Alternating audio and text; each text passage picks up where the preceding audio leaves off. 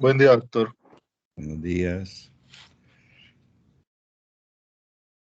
Bueno, entonces, en la clase de ayer estábamos hablando de las partes e intervinientes en el proceso penal y dijimos que esas partes, hay unas que son obligatorias, las partes intervinientes hay unos que son obligatorios y que esas partes obligatorias son el fiscal, el procesado y el defensor. Esas partes permanecen durante todo el proceso, de tal manera que ningún juez podrá realizar audiencia si al verificar la presencia de las partes hace parte la fiscalía, hace falta la fiscalía o hace falta la defensa.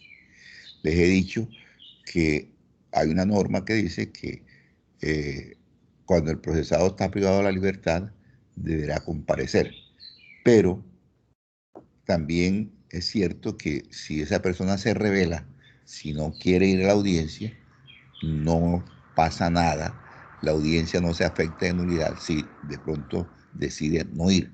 Lo importante es que esté la fiscalía y la defensa y por supuesto el juez que está realizando la audiencia, que es el juez de control de garantías o el juez de conocimiento o competente.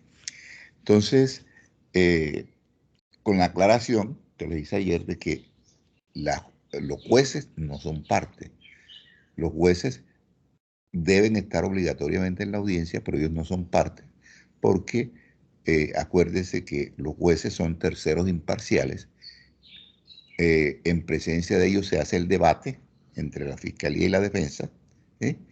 Y finalmente, después que escucha a las partes, toma la decisión de fondo. Es decir, el juez resuelve la controversia que a su juzgado, o como dicen en Estados Unidos, ahí hablan de tribunal, han llevado la fiscalía y la defensa. ¿Ok? Bien, entonces ayer, después de haber mirado en detalle cada una de esas partes intervinientes, quedó por estudiar el tema relacionado con los testigos. Dijimos que los intervinientes, que son personas que tienen una presencia relativa en el proceso, y además no es obligatoria, es voluntaria. Acuérdese que cuando vimos las características de la acción civil, dijimos que era patrimonial, que era voluntaria, que era desistible, ¿sí? Porque ellos pueden desistir o pueden, después de haberse constituido, o pueden no constituirse. ¿Sí? Acuérdese que en Colombia existe la posibilidad de que lo hagan por la vía civil y no dentro del proceso penal. Entonces, no es una parte obligatoria por eso, porque ellos pueden o no constituirse dentro del proceso penal. La otra parte que tampoco es obligatoria, dijimos, es la Procuraduría. Acuérdese que el señor Procurador General, así como el fiscal, tiene delegados en la corte, en los tribunales, ante los jueces especializados, ante los jueces del circuito y ante los jueces municipales, les dije, actúa como Ministerio Público los personeros municipales. Entonces, esa parte tampoco es obligatoria. El Ministerio Público escoge los procesos en los que va a intervenir en defensa del orden público, en defensa de los derechos humanos, en defensa de las víctimas. Es decir, ellos escogen el proceso donde van a intervenir y lo hacen. Pero su presencia, inclusive si no van a una audiencia, no pasa nada, aún estando haciendo parte de ese proceso, por ejemplo, y no van a una audiencia, esa audiencia se puede realizar, porque para realizar la audiencia solamente se requiere, como les dije, que esté ante el juez competente, si es el juez competente que la está haciendo, o que esté ante el juez de control de garantías, y esté la fiscalía y la defensa presentes ahí representadas. Con eso es suficiente para realizar las audiencias. Ahora, en la mayoría de las audiencias, hay además de los jueces, fiscales y de defensa, están las víctimas, están, muchas veces va el procesado presencialmente a la audiencia, sobre todo cuando ha sido capturado en flagrancia, pues tiene que ir, porque si lo capturaron en flagrancia, acuérdense que lo primero que tienen que hacer es legalizarle la captura. Entonces, ya esa es una situación especial, porque es una flagrancia. Pero si la persona la citan para imputarle y no va, ¿eh? Basta con la citación, se puede celebrar la audiencia con el defensor. ¿Eh? Y si el defensor tampoco va y lo declaran en contumacia, acuérdense que les dije eso, se puede celebrar la audiencia con un defensor público, siempre que la fiscalía pida que lo declaren en contumacia porque está enterado, está informado de la audiencia y no quiso comparecer. Ya, hacen la audiencia con un defensor de la Defensoría Pública. Bien, entonces, esas otras intervinientes, les dije, son los testigos. A ver, ¿quiénes son testigos? Las personas que vieron, que escucharon, que estuvieron en la escena o el lugar donde se realizó el delito. ¿Eh?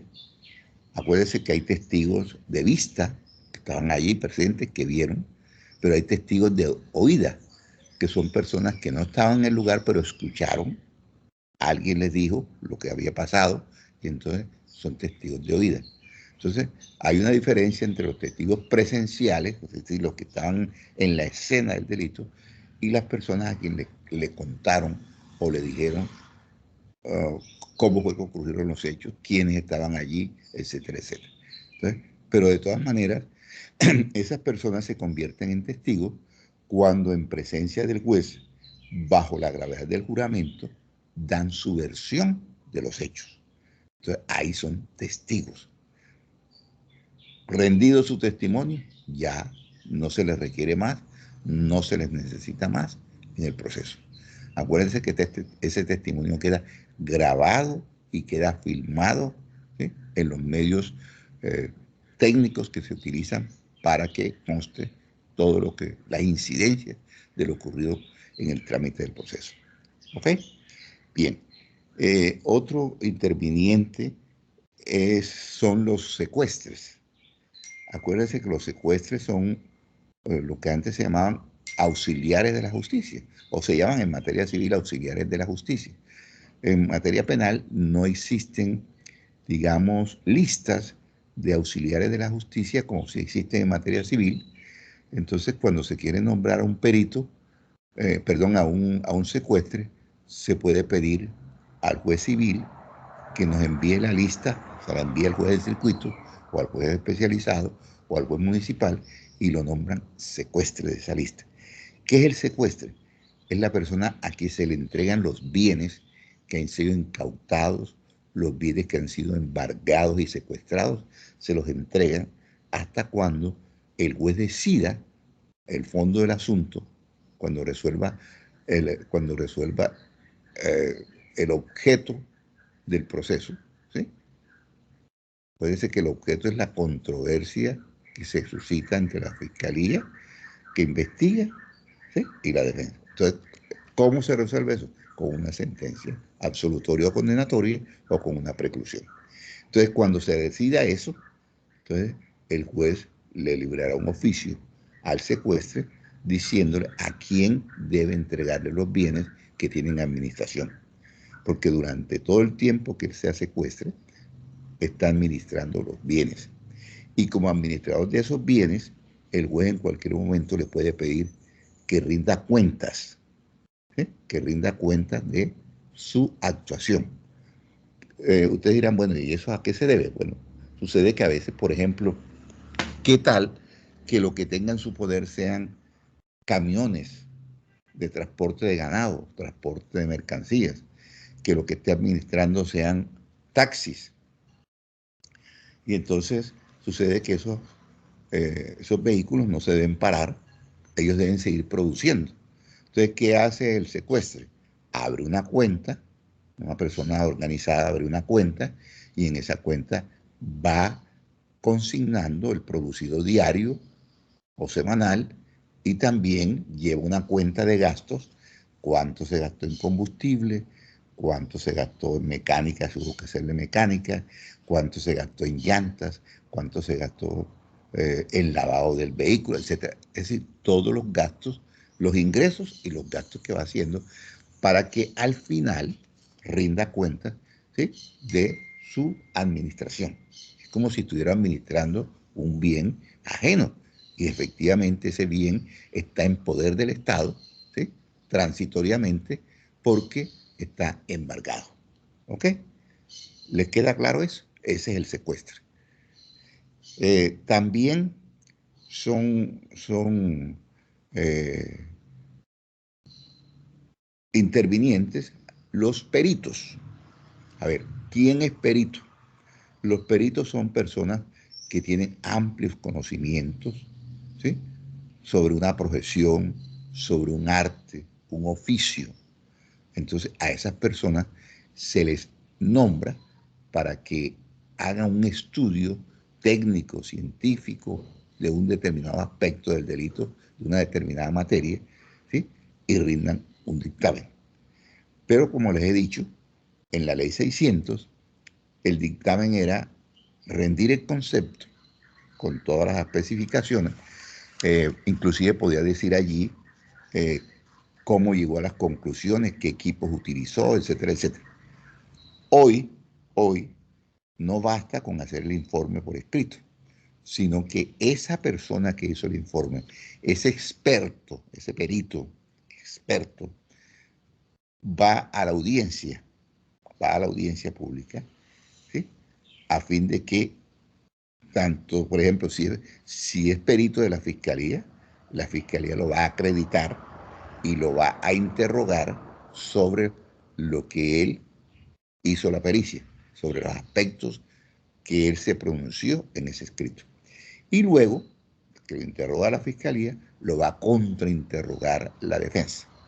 De tal manera que ese perito tiene que explicar en presencia del juez, en presencia de todas las partes que estén en la audiencia, qué método de investigación utilizó. Si fue el método inductivo, el deductivo, si fue el técnico-científico, si fue el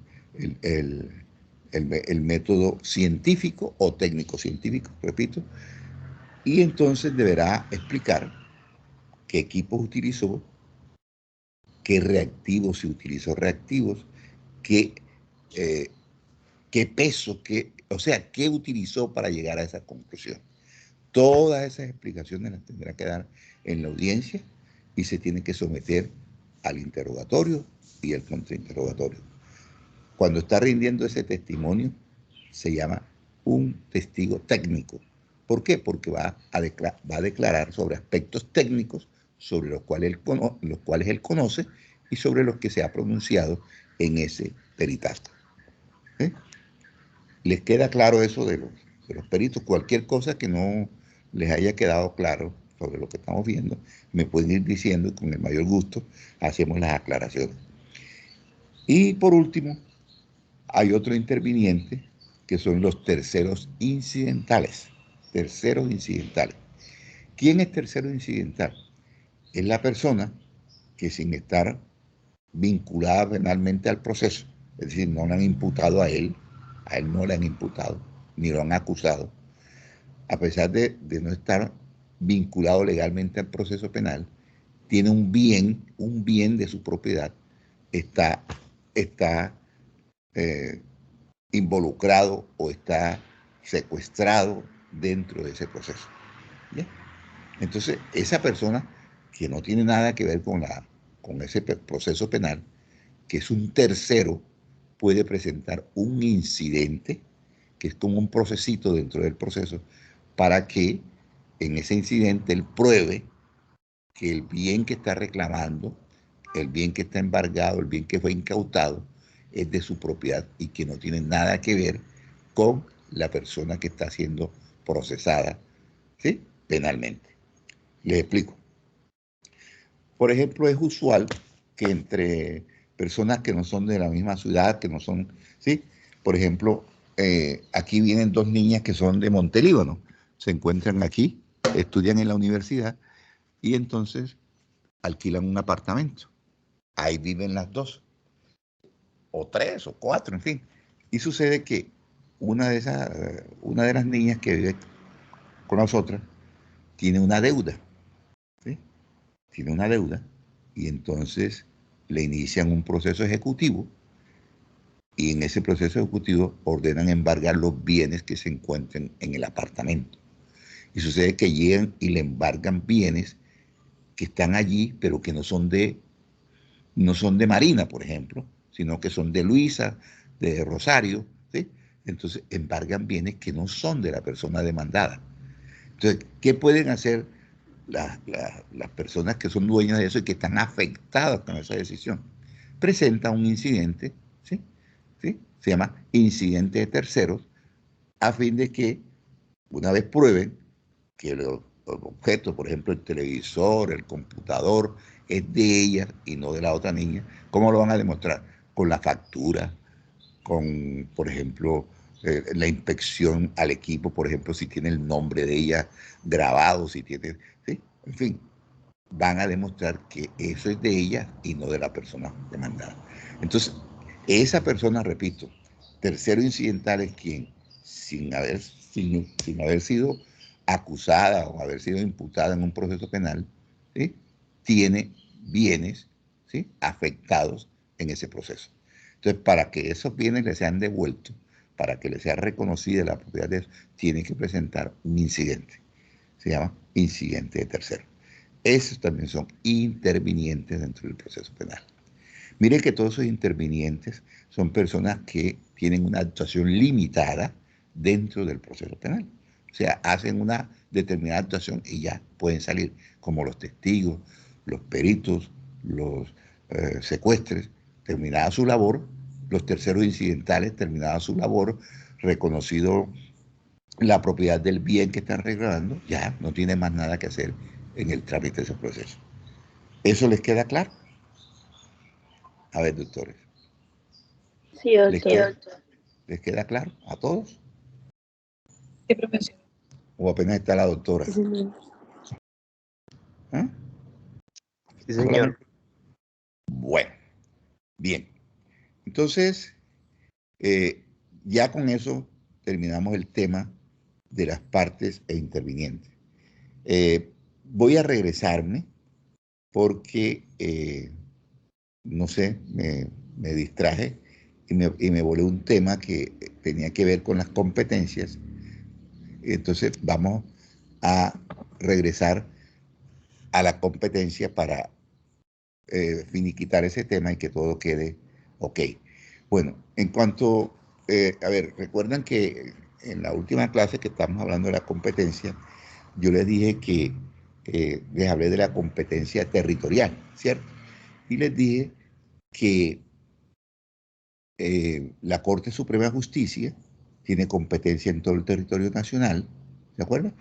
Los tribunales de distrito tienen competencia en todo el distrito judicial. Los jueces del circuito especializado tienen competencia en todo el distrito. ¿Se acuerdan que les dije que los especializados apenas están en las cabeceras de distrito? Lo mismo que los jueces de ejecución de penas y medidas de seguridad también tienen competencia en todo el territorio del distrito judicial. Los jueces penales y promiscuos del circuito tienen competencia en el respectivo circuito.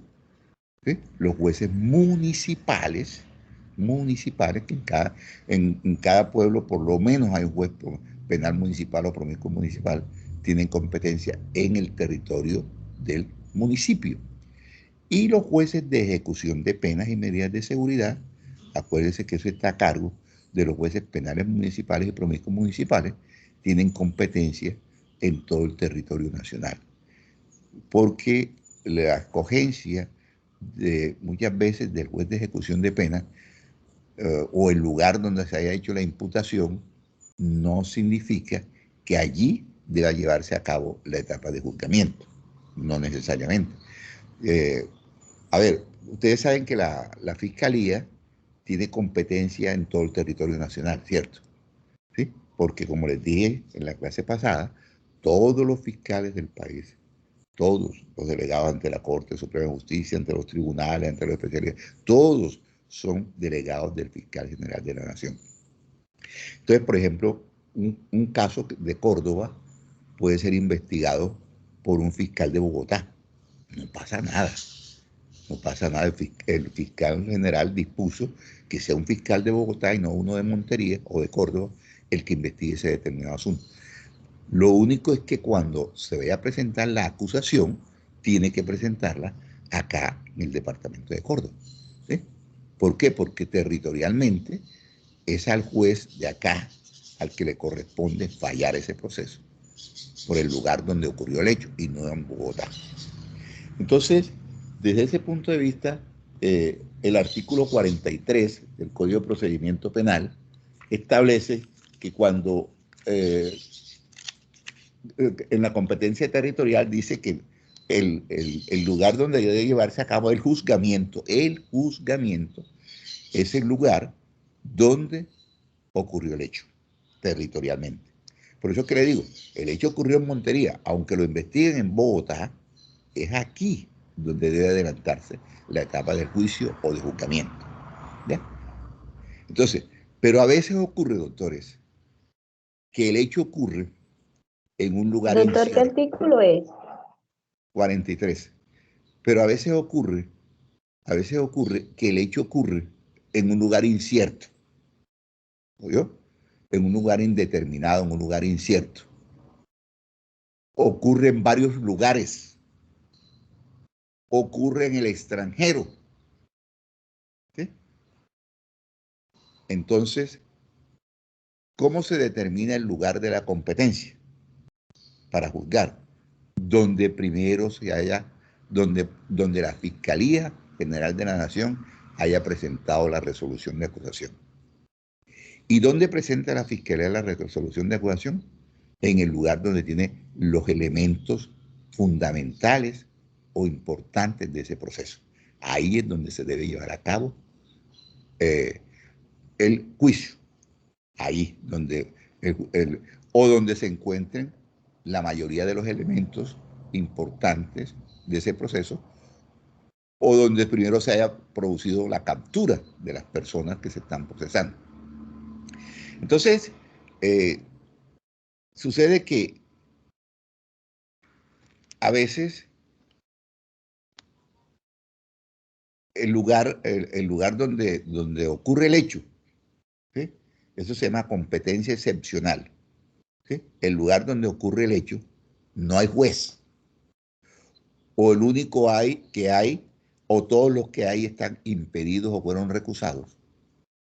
Entonces, en esos casos, el Consejo de la Judicatura deberá escoger, teniendo en cuenta el principio de economía, teniendo en cuenta el principio de concentración, teniendo en cuenta el principio de inmediación, un juez cercano al lugar donde ocurrió el hecho.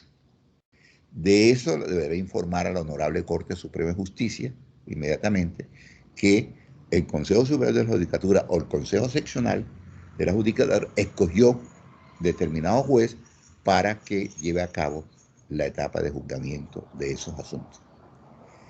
Pero, de todas maneras, doctores, la incompetencia del juez solamente se puede plantear, ¿sí?, en la audiencia de acusación. En la audiencia de acusación. Ese es el escenario y es la etapa propicia, la única que hay para decir si el juez es o no competente.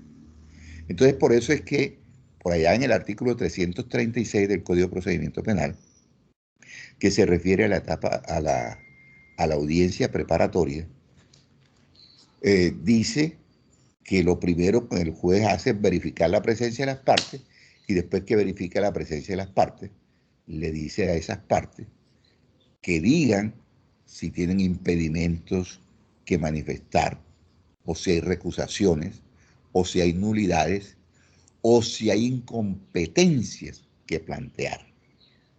Porque sucede que si no se plantean las incompetencias, en ese momento la competencia se prorroga la competencia y tiene que fallarlo el juez que tenga el proceso, así por naturaleza del hecho o por el lugar no sea el competente. Se le prorroga la competencia. Es por eso, repito, que es en esa audiencia, ¿sí?, donde debe plantearse la incompetencia. Si alguien tiene el Código de Procedimiento Penal ahí, puede leer el artículo 336, que es la audiencia de acusación. ¿Alguien lo tiene? Acuérdense que les dije que a esta clase debían tener el Código Penal y de Procedimiento Penal y la Constitución Nacional. Se lo dije desde el primer día que nos encontramos. Nadie tiene... Artículo que, profesor, 336. 336. Bueno, presentación de la acusación. El fiscal presentará el escrito de acusación ante el juez competente para adelantar el juicio cuando de los elementos materiales probatorios, evidencia física o información legalmente obtenida se pueda afirmar con probabilidad de verdad que la conducta delictiva existió y que el imputado es su autor o partícipe. Bien, lea el artículo siguiente, 337. Contenido de la acusación y documentos anexos. El escrito de acusación deberá contener, primero, la individualización concreta de quienes son acusados, incluyendo su nombre, los datos que sirvan para identificarlo y el domicilio de citaciones. Segundo, una relación clara y sucisa de los hechos jurídicamente relevantes en un lenguaje comprensible. Tercero, el nombre y lugar de citación del abogado de confianza o en su defecto del que le designe el Sistema Nacional de Defensoría Pública. Cuarto, la relación de los bienes y recursos afectados con fines de comiso.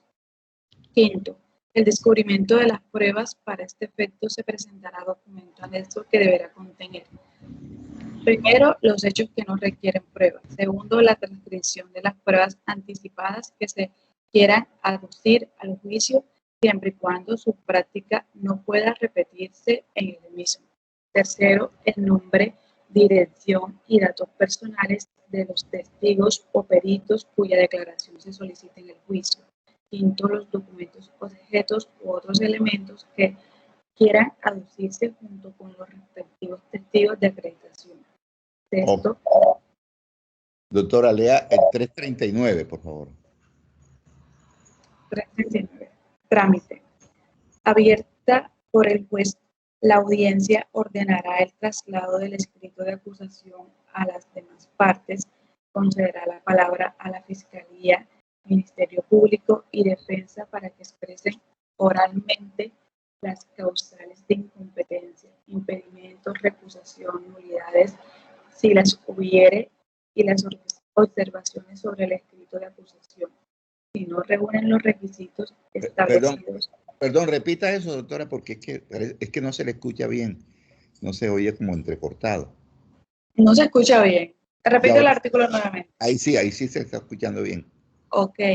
Trámite. Abierta por el juez, la audiencia ordenará el traslado del escrito de acusación a las demás partes. Concederá la palabra a la Fiscalía, Ministerio Público y Defensa para que expresen oralmente las causales de incompetencia, impedimentos, recusaciones, nulidades, si las hubiere, y las observaciones sobre el escrito de acusación, si no reúne los requisitos establecidos en el artículo 237, para que el fiscal lo aclare, adicione o corrija de inmediato.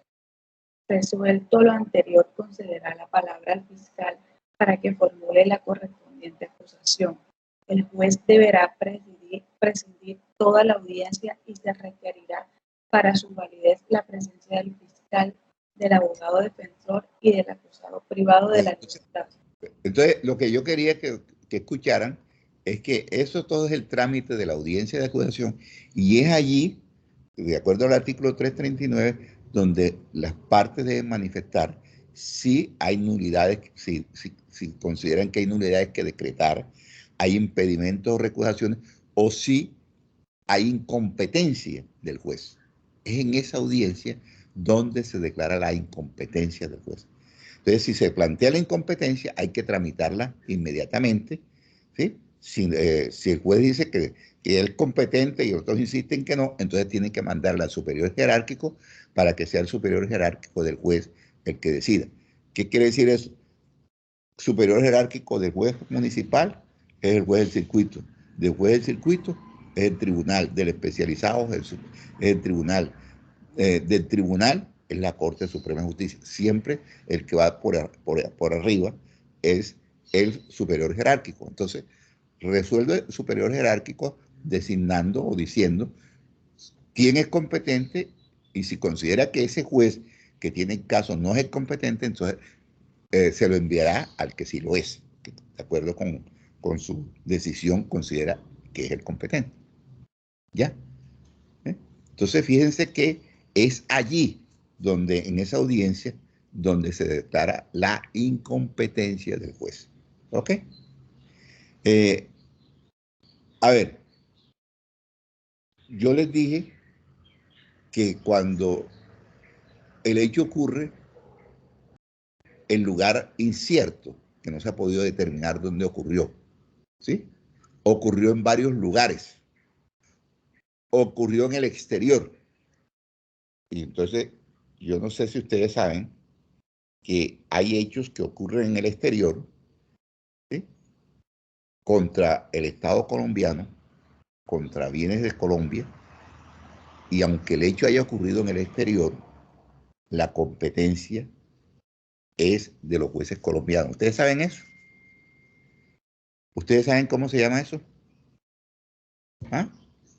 ¿Por qué razón el juez colombiano tiene... Extraterritorialidad, ¿Cómo? ¿no? ¿Cómo? Eso no es extraterritorialidad. Extraterritorialidad de la ley. Entonces, doctora García, por favor, lea el artículo 16 del Código Penal. 16 del Código Penal.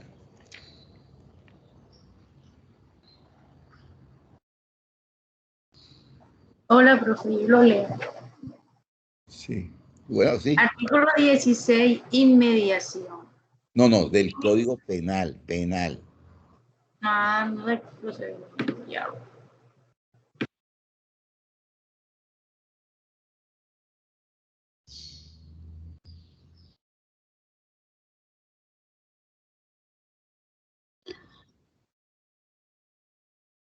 Ese artículo dice que cuando se cometan delitos contra la administración pública, contra la fe pública, contra el orden económico social, ¿sí?, de Colombia, contra el régimen constitucional, siempre la competencia va a ser de los jueces colombianos. Así el hecho ocurre en el exterior y ha sido cometido en el exterior por extranjeros contra Colombia. ¿Ya? ¿Lo encontró? 16. Profesores, ya encontré. Artículo 16, extraterritorialidad. La ley penal colombiana se aplicará primero, modificado por la ley 1121 del 2006, artículo 22, a la persona que cometa en el extranjero delito contra la existencia y seguridad del Estado, contra el régimen constitucional, contra el orden económico social, excepto la conducta definida en el artículo 323 del presente código, contra la administración pública, o falsifique moneda nacional o incurre en el delito de financiación de terrorismo y administración de recursos relacionados con actividades terroristas, aun cuando hubiere sido absuelta o condenada en el exterior a una pena menor que la prevista en la ley colombiana. En todo caso, se tendrá como parte cumplida de la pena el tiempo que hubiera estado privada de su libertad.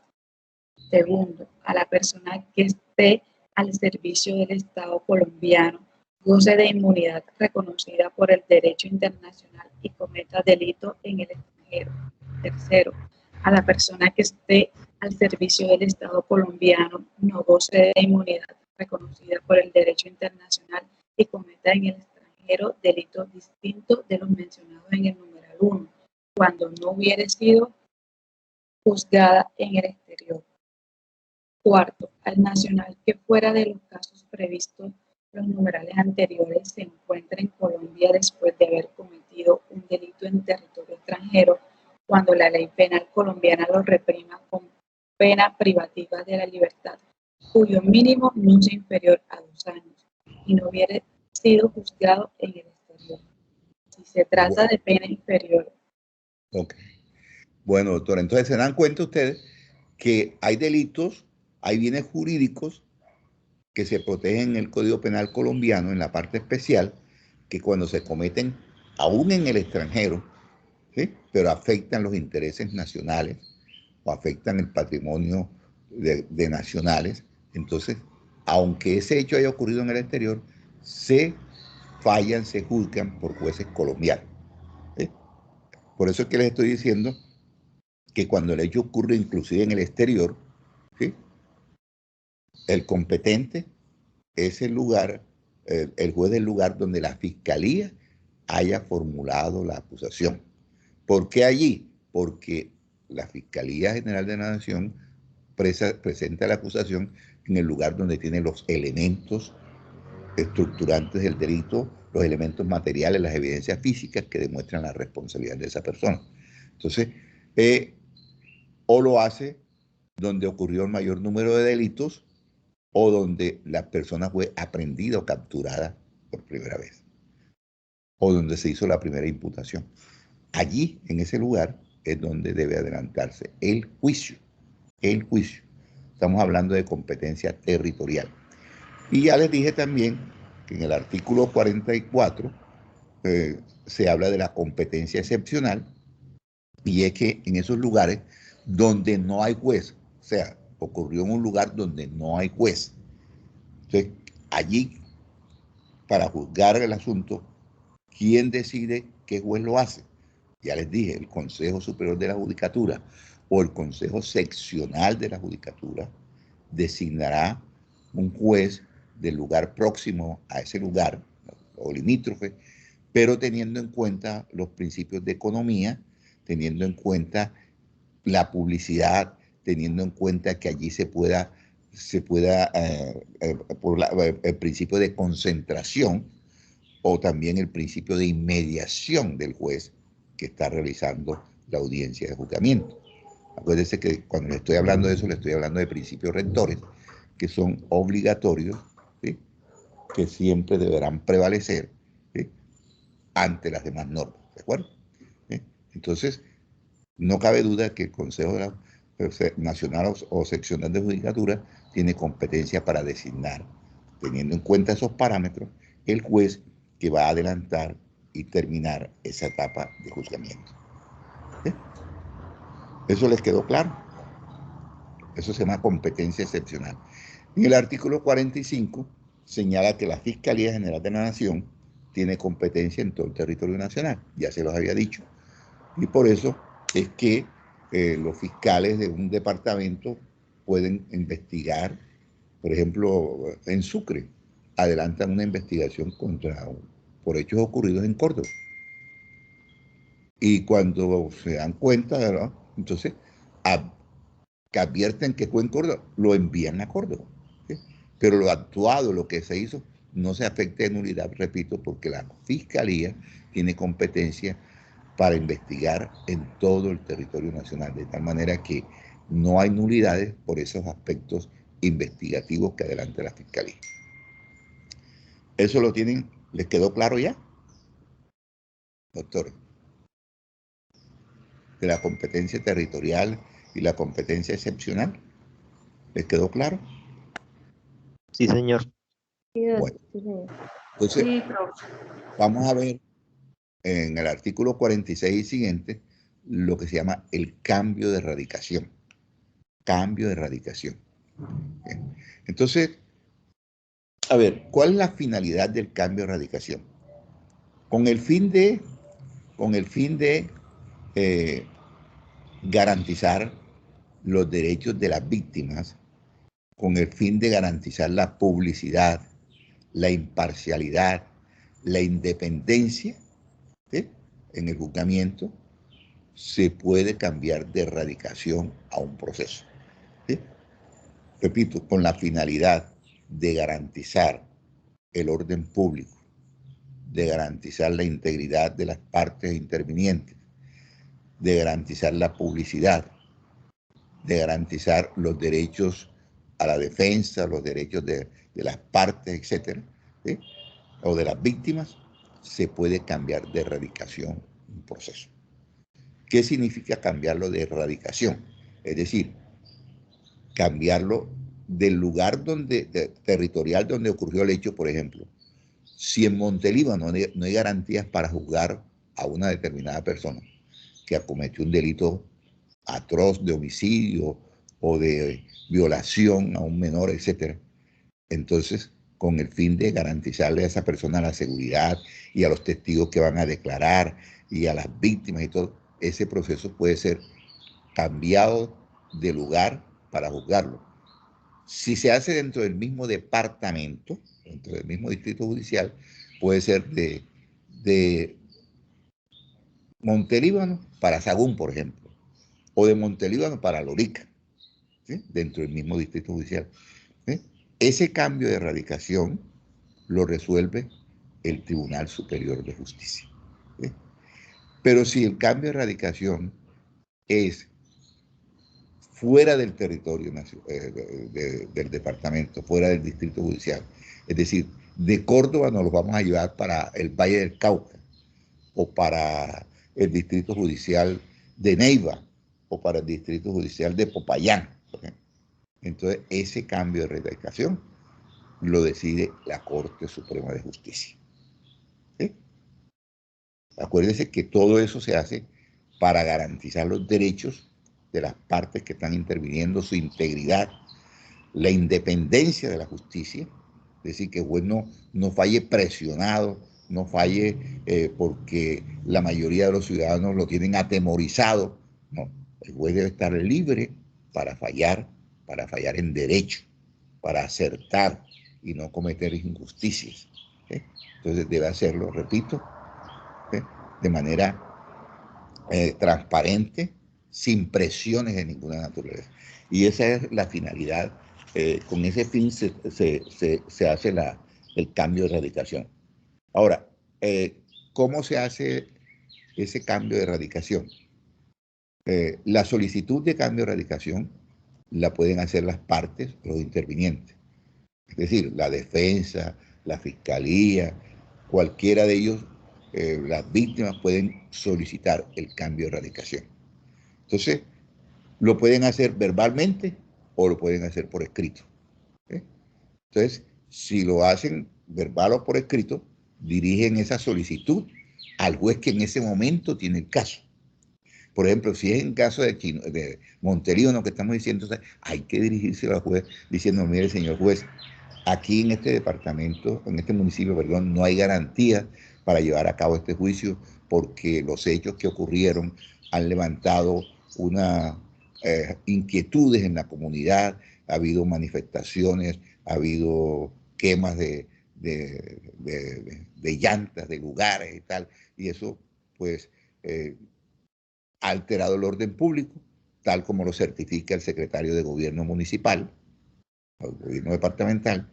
Entonces, aporta los elementos materiales probatorios, la evidencia de la causal que está alegando, si es la imparcialidad, es decir, que ese juez está presionado por los familiares, por una persona poderosa, que el alcalde tiene interés en el asunto, que tiene interés. O sea, todo eso hay que explicarlo y demostrarlo. Entonces, presentada la causa, presentado la solicitud ante el juez, ese juez decidirá si accede o no accede. O recibida la solicitud, se la manda a... Son las 3, las 2 y 43 igual lo voy a hacer. A ver, doctora. Doctora Natalia, por favor. Digo, recibida la solicitud por el juez, entonces se la manda al superior jerárquico para que el superior jerárquico en un término de 3 días, ¿sí?, se pronuncie mediante un auto que no tiene recurso alguno.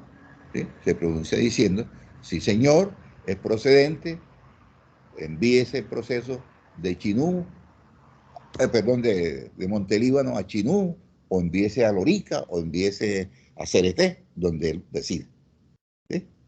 Y si es, repito, de un cambio de distrito judicial, es decir, de Córdoba a otro distrito judicial, entonces es la Corte. Entonces, esa solicitud la recibe, por ejemplo, el juez o el tribunal y se la envía a la Corte Suprema de Justicia para que la Corte Suprema de Justicia se pronuncie diciendo si debe quedarse en ese lugar o si por el contrario se debe ir a otro distrito judicial. ¿Ya? Este,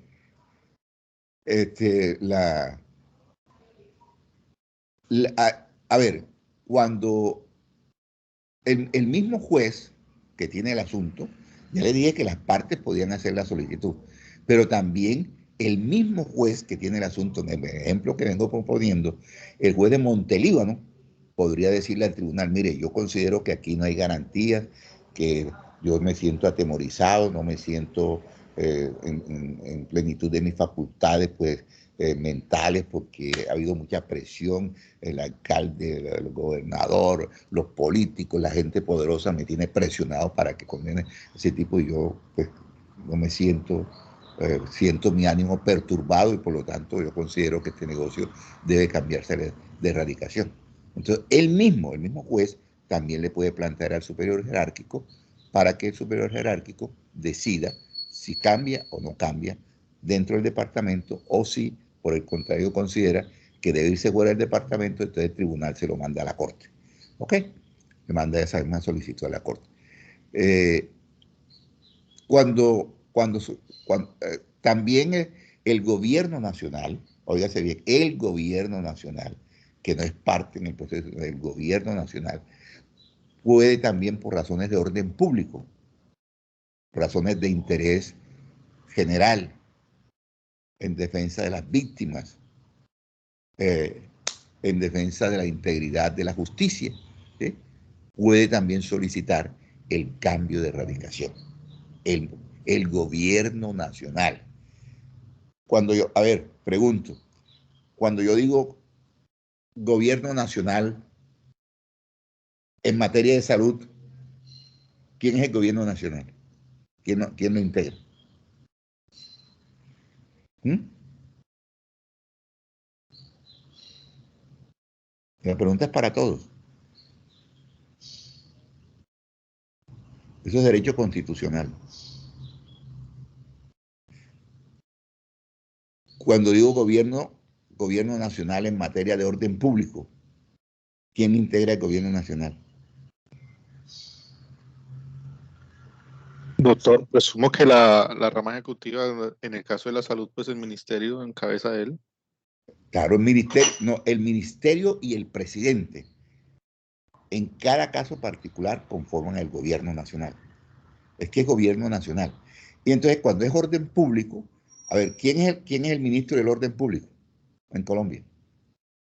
El ministro del Interior, ¿cierto? Que antes se llamaba ministro de Gobierno, ahora se llama ministro del Interior. Entonces, el ministro del Interior con el presidente. ¿Sí? Ellos integran lo que se llama el gobierno nacional en materia de orden público. En materia de defensa, el presidente y el ministro de Defensa. ¿Sí? Ese es el gobierno nacional. ¿Sí? Entonces, si estamos hablando que es por orden público, por ejemplo, ¿sí? Tiene que ser el ministro del Interior y el presidente. Pero si decimos que es por imparcialidad, eh, por protección a las víctimas, etc., también puede ser el ministro de Justicia, ¿sí? y el presidente. ¿Sí? Entonces, ese gobierno nacional, repito, puede también solicitar, doctores, ¿sí? el cambio de erradicación. Si alguien tiene el código, por favor, puede leer el artículo 48, creo. Creo que es el 48, que se refiere a la solicitud del gobierno nacional. O es un parágrafo, perdón. El parágrafo.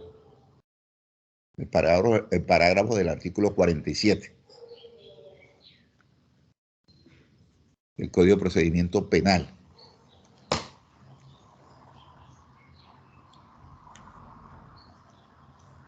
Anderson no tiene código. Lo Anderson. estoy buscando, doctor. Ah, bueno. Busque el artículo Doctor, 40. el parágrafo. Sí, del 47.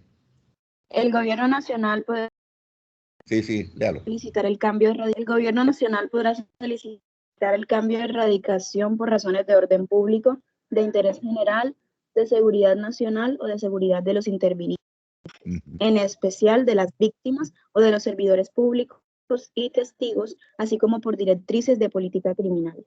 Los cambios de radicación solicitados por el gobierno nacional serán presentados ante la Sala Penal de Suprema Justicia, quien resolverá de plano la solicitud. Contra la providencia que resuelva la solicitud de cambio de radicación, no procede recurso alguno. Exacto. Entonces, ya vieron quién puede hacer la solicitud de cambio de radicación. La pueden hacer las partes o intervinientes. La puede hacer el mismo juez que tiene el asunto. Y cuando se trata de asuntos que tengan que ver con el orden público, con el interés nacional, con la protección de las víctimas, testigos y los servidores públicos, ¿sí? La puede hacer también el gobierno nacional. Cuando digo gobierno nacional, me refiero a que tiene que ser el ministro de Justicia y el presidente, el ministro de Gobierno y el presidente, el ministro de Relaciones Exteriores y el presidente, ¿sí? O sea, dependiendo la causal que se esté invocando, la invocará esa parte del gobierno. Porque ahí dice gobierno nacional. Entonces sucede que el gobierno nacional no es el presidente solo, ni es el ministro solo. Tiene que ser siempre interno en el gobierno nacional. Por ejemplo, en materia de salud, el presidente y el ministro de salud. Recuerden que en este programa que tenía el doctor Duque permanentemente, que duró varios meses, sobre la salud, siempre salía el presidente con el ministro. ¿Recuerdan eso?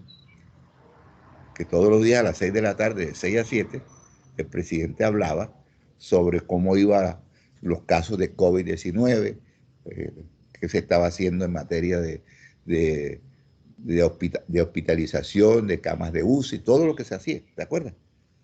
El gobierno ilustraba a los colombianos en esa hora, siempre al lado del ministro de Salud. Ahí estaba hablando y estaba interviniendo el gobierno nacional. Entonces, ¿les queda claro cuándo se debe pedir el cambio de radicación? ¿Ante quién se debe solicitar? Siempre lo va a resolver el superior jerárquico, ¿sí? Y cuando se trate de un asunto que haya que cambiar de distrito judicial, de un distrito judicial a otro distrito judicial, el tribunal le enviará esa solicitud a la Corte Suprema para que la Corte Suprema se pronuncie. Y cuando se trate del orden público, del interés general, de la protección de víctimas, testigos, servidores públicos, ¿sí?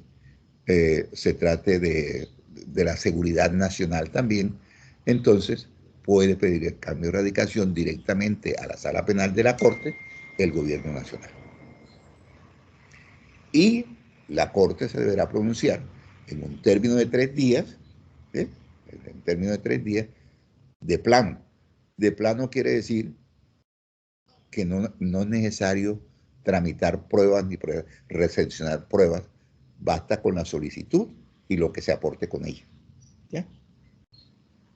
Cuando se le hace al juez, quien haga la solicitud, la parte que haga la solicitud, deberá aportar los elementos materiales, la evidencia física, que él considere pertinentes para ser tenidas en cuenta a fin de cambiarle de lugar al juzgamiento de ese proceso. Acuérdense que estamos hablando de juzgamiento. Cuando yo diga juzgamiento, doctores, ustedes tienen que entender que en ese asunto ya se acusó. ¿Sí? Eso no está en etapa de investigación, sino en etapa del juicio. Juzgamiento o juicio es lo mismo. ¿Sí? Y el juicio siempre se adelanta ante el juez competente. Ya saben que el juez competente es la Corte Suprema de Justicia, es el tribunal, es el juez especializado, es el juez del circuito y es el juez municipal. Todos son jueces competentes. ¿Competentes para qué? Para tomar decisión, para resolver el asunto que las partes han sometido a su consideración. ¿Sí? ¿Alguna duda en relación con este tema? ¿Alguna duda? Pregunto, doctora. ¿Cómo? ¿Tienen alguna duda? A ver, ¿quién? ¿Alguien va a hacer una pregunta? No, doctor, diciéndole que no me quedaba ninguna duda. Bueno, pues. Entonces, el otro aspecto que quedó pendiente en relación con la competencia tiene que ver con la conexidad. ¿Sí? Acuérdese que hay conexidad cuando con una sola conducta se violan varias disposiciones de la ley penal. ¿Sí? También hay conexidad cuando varias personas actúan en coparticipación. ¿Sí? A ver, doctor Anderson, usted distingue qué es un concierto para delinquir y qué es una coparticipación. No lo tengo muy claro. El concierto, pues, Doctor, es ¿hay cuando conexidad uno o dos. cuando qué? A ver, ¿qué dice la doctora Arcia? ¿Que me puede repetir cuando hay conexidad?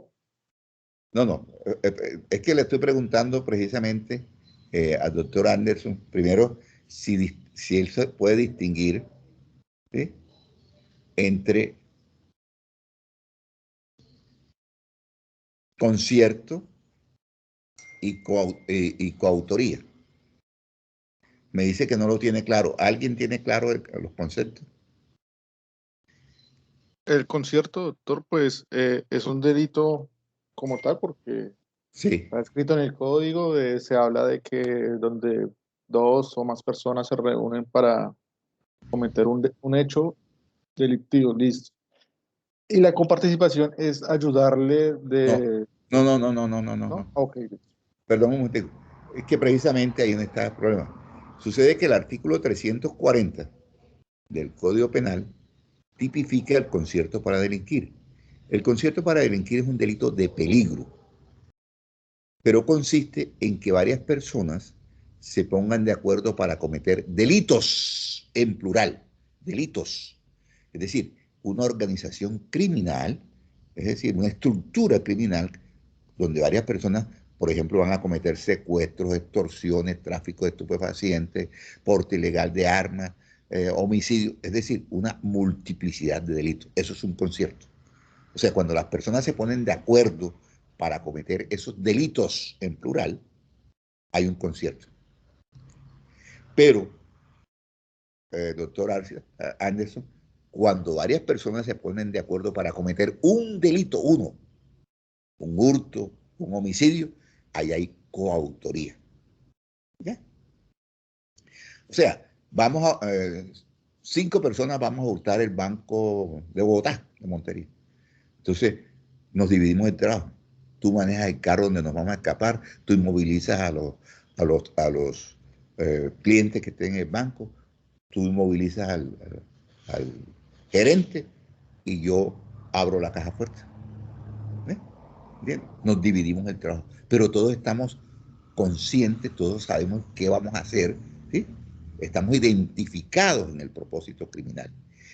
Y les quiero llamar la atención sobre eso porque yo no sé si ustedes escuchan en los medios de comunicación que aquí se le ha metido a los medios de comunicación y a algunos fiscales le hacen caso, que cuando 2 o más personas matan a alguien, dicen hay un concierto. No necesariamente. Habría conciertos si llegase a demostrar que esas 3 personas pertenecen, por ejemplo, a la estructura de los jurabeños. o de los paisas, porque ya si esas personas hacen parte de una estructura criminal donde están concertados para cometer varios delitos y en efecto cometieron uno específico, entonces ahí habría un concurso entre concierto, ¿sí? Concierto para delinquir y homicidio. Pero miren, por ejemplo, Pedro contrata a Juan y a Miguel para que maten a Luis. ¿Eh? Entonces, van y uno va conduciendo la moto y el otro dispara. Los dos son coautores del delito de homicidio, si lo matan. ¿Por qué? Porque ellos están identificados. Fíjense que ahí uno solo conjugó el verbo, fue el que disparó, pero el otro, el que va conduciendo la moto, sabe a lo que van y por lo tanto es coautor de la conducta. Acuérdense que la coautoría, a ver, ¿cómo se llama? ¿Qué figura jurídica constituyen la coautoría y la tentativa de homicidio? ¿Qué figuras jurídicas constituyen esos dos hechos? ¿Ah? Eso es de la parte general del código. ¿No tienen claro ustedes eso? Esos son dispositivos amplificadores del tipo. Eso debieron verlo en la parte general del código. ¿Qué pasaría si no existiera el dispositivo amplificador de la tentativa? A ver. No se podría materializar una sanción a alguien que por una situación ajena no haya podido cometer. Exacto. Yo quiero matar a una persona y le pego 20 tiros. ¿Sí?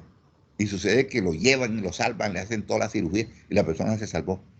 Entonces, eso quedaría en unas lesiones personales. ¿Cierto? Serían unas lesiones.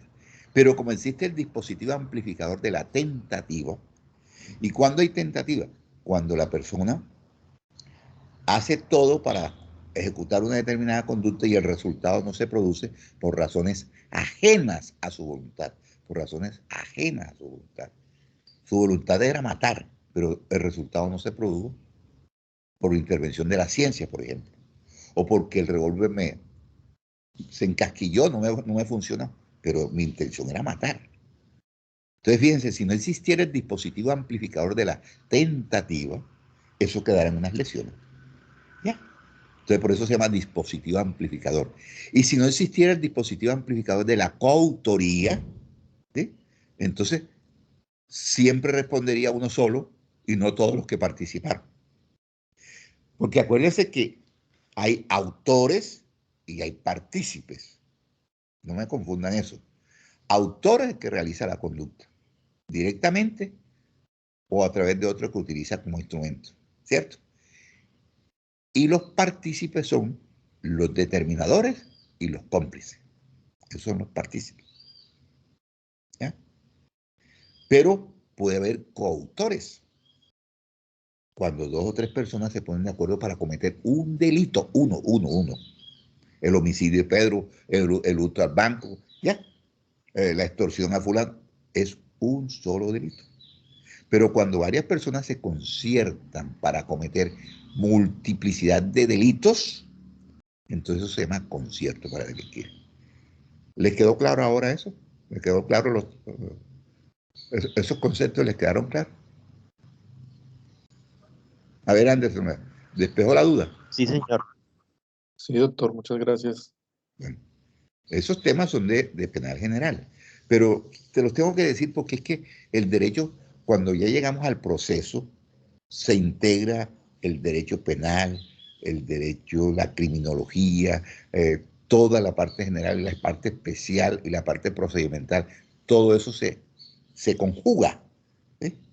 ¿Sí? Se conjugan para llevar a cabo el juicio oral que va a terminar con una sentencia absolutoria o condenatoria ¿Sí? ¿Ya? ¿Ok? Entonces, ¿por qué les estoy hablando de eso? Porque sucede que nosotros podemos decir que existen concursos de personas y existe concurso, repito, existe concurso de personas y existe concurso de delitos, ¿cierto? ¿Cuándo hay concurso de personas? Cuando varias personas se ponen de acuerdo para cometer delitos. Perdón, varias personas se ponen de acuerdo para cometer delitos. Estamos hablando de concurso de esas personas. Se concertaron para cometer un delito. ¿Ya? ¿Eh? Pero hay concurso de delitos, repito, cuando con una sola acción violo varias disposiciones de la ley penal. ¿Sí? O cuando violo varias veces la misma disposición penal. Ustedes vieron ayer en una población en una ciudad de Rusia, en una universidad, que un muchacho mató a 6 universitarios allí e hirió a 20. ¿Sí? ¿Vieron eso ayer? Y cada vez que esos locos en Estados Unidos, en una universidad, en cualquier lugar, van y matan a 20, a 30. ¿Cuál es la regla general? La regla general es que por cada hecho, por un solo hecho, cada hecho delictivo se abre una investigación penal, excepto cuando esos delitos están conectados, o sea, cuando son conexos. Entonces, la regla general, repito, es que por cada hecho debe abrirse una investigación, pero cuando yo con una sola conducta violo varias disposiciones de la ley penal, ¿para qué me van a abrir varios procesos? Me abren un solo proceso. ¿Sí? Si yo, por ejemplo, para lograr hurtar el banco, ¿sí?, cometo un homicidio que no, mato al guardián, por ejemplo, que no nos deja entrar y lo mato. Entonces, miren, ¿para qué me va a abrir un proceso por el hurto y un proceso por el homicidio? No, señor, esos dos hechos están conectados. Delito medio, delito fin. Y puede ser lo contrario. Realicé el hurto, ya voy de salida, y entonces me obstaculiza la ida, asegurar el producto ilícito me lo obstaculiza el vigilante y lo elimino. Entonces, miren, también hay concurso, ¿sí? Pero ya no es concurso, delito medio para lograr el fin, sino es delito para garantizar la huida o el producto del ilícito. ¿Ya? ¿Eh? Entonces también hay un concierto. Ahora yo les pongo el concierto, por ejemplo, la niña cajera de la vivienda, de cualquier entidad de esta, que todos los días hurta 300.000 pesos. Y eso lo hace durante un año. Cada vez que ella hurta 300.000 pesos, comete hurto, ¿cierto? Apoderamiento de cosa mueble ajena. Pero ¿qué tal que le abramos 200 procesos por hurto? No, se le abre un solo proceso y allí se investigan todos los hurtos que cometió durante todo el año. Entonces, el concierto, la conexidad de las conductas del concierto de personas o de delitos sirve para que se investiguen y fallen en una misma cuerda, en un mismo proceso, los diferentes delitos que se cometieron. ¿Les queda claro eso? ¿Ah? Sí, señor, quedó claro. ¿Eh? Pero también hay otro concierto. Un grupo de ladrones va y hurta en una finca a las 7 de la noche, a las 7:15 hurta en otra en la misma zona, a las 7:40 en otra, y así hasta las 9 de la noche hurtó en 5 o 6 fincas diferentes. ¿Cuál es el elemento común entre esos diferentes hurtos? son las mismas personas, es el mismo modus operandi, es la misma conducta de hurto, y están unidos ¿por qué? Por un espacio de tiempo. En 2 horas, en 3 horas, hurtaron en diferentes lugares las mismas personas. Entonces, eso se llama conexidad cronológica. ¿Sí? Entonces, ¿para qué vamos a abrir 6 procesos a los mismos tipos? Uno por la finca 1, otro por la finca 2. No, no. Se abre un solo proceso contra todas las personas porque esos hechos están conectados. ¿Sí? Están conectados. Hay un hilo conductor entre ellos. Entonces, eso se llama conexidad. Miren que yo eso, no sé, yo lo veo tan sencillo así con los ejemplos que le estoy poniendo. No sé si a ustedes les llegó el mensaje igualmente claro como yo lo tengo. ¿No? ¿Está claro eso? Sin embargo, Anderson, por favor, tiene el código. Lea el artículo 50 del Código Penal. Ya. El artículo 50.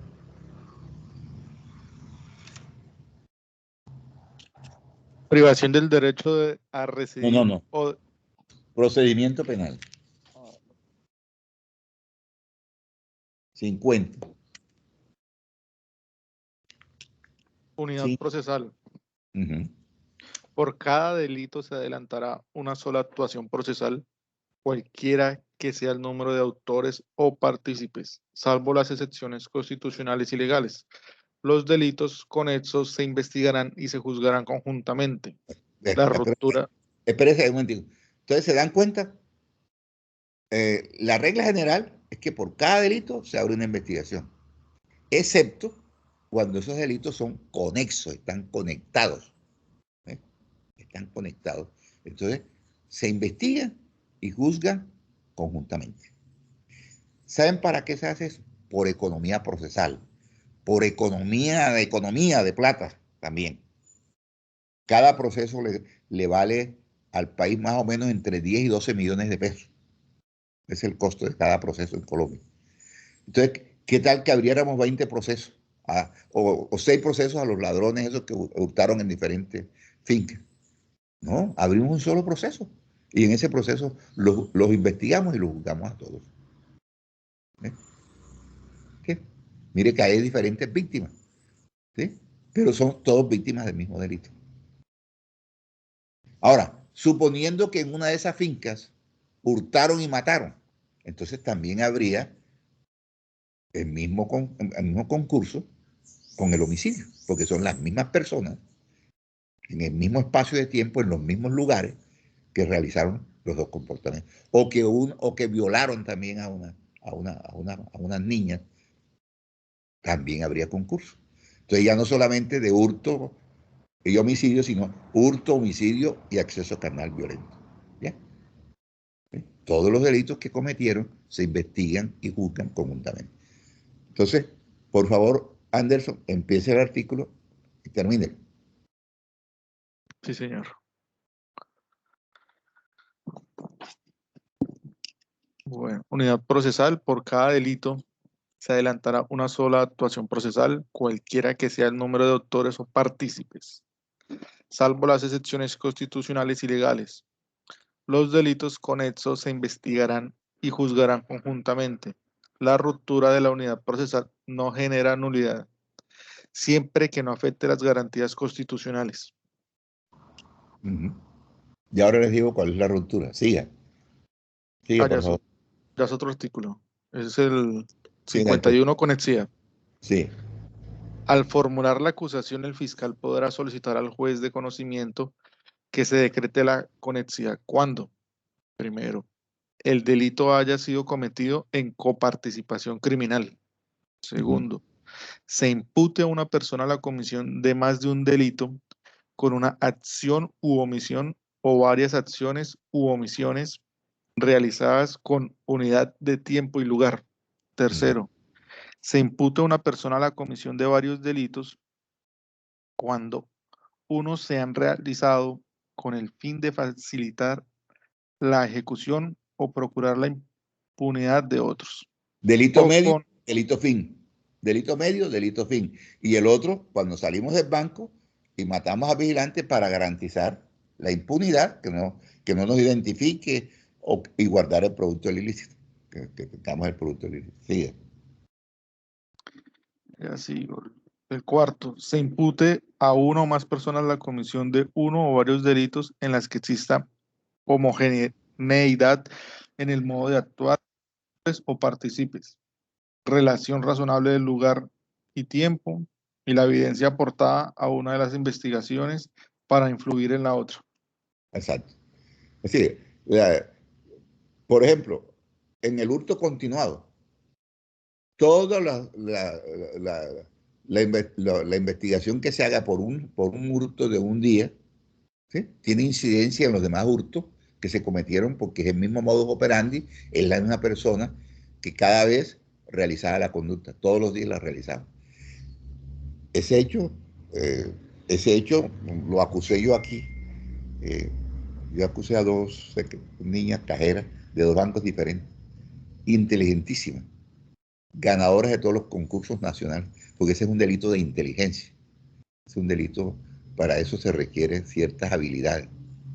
Había una que todos los días hurtaba 200.000 pesos. ¿Y saben qué los invertí? Compraba, y oí en declaración a la señora, la llevé como testigo, compraba chances todos los días por 200.000 pesos. Ella pensaba dar el golpe y reponer la plata.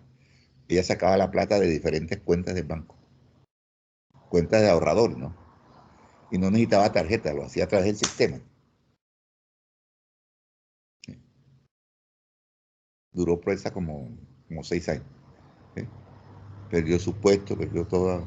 Pero la gente quiere tener plata a la brava y rápidamente, no sabiendo que eso no es así. La plata no se hace de la noche a la mañana, no es tan fácil. Ni todas las personas nacieron para tener dinero. Así que ese esfuerzo a veces lleva a las personas a la comisión de conductas delictivas, como la de esa niña que se dañó su vida con una bebecita pequeña, ¿no? Un drama para ella y toda su familia. Porque si hubiera hecho algo útil, hubiera ahorrado la plata, hubiera comprado un bien, algo. Pero para jugar, todos los días jugaba. Con la plata ajena, por supuesto. Entonces, les queda claro que todas esas conductas están unidas. Ahora,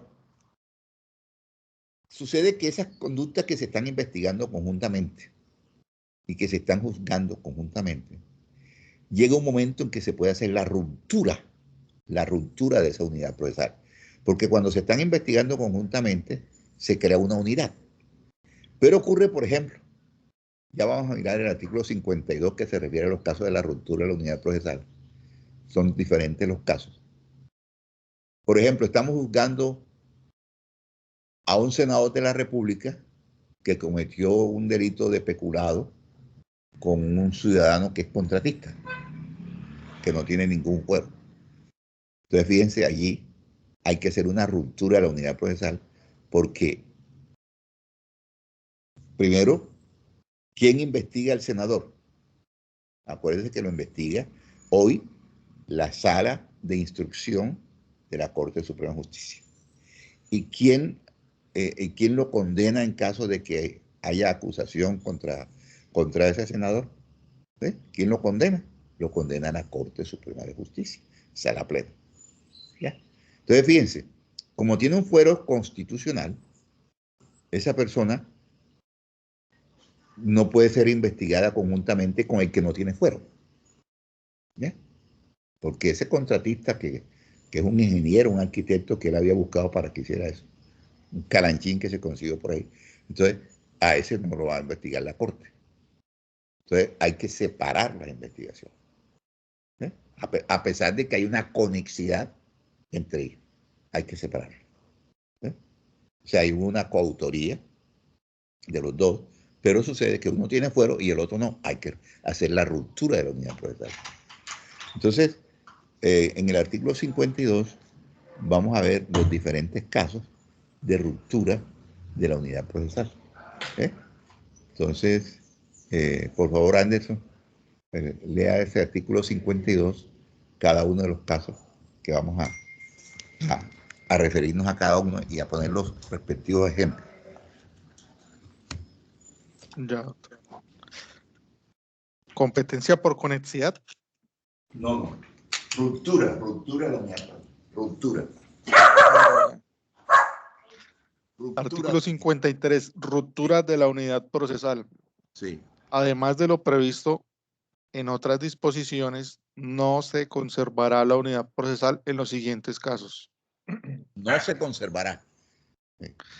Primero, cuando en la comisión del delito intervenga una persona para cuyo juzgamiento exista fuero constitucional o legal que implique cambio de competencia o que esté atribuido a una jurisdicción especial.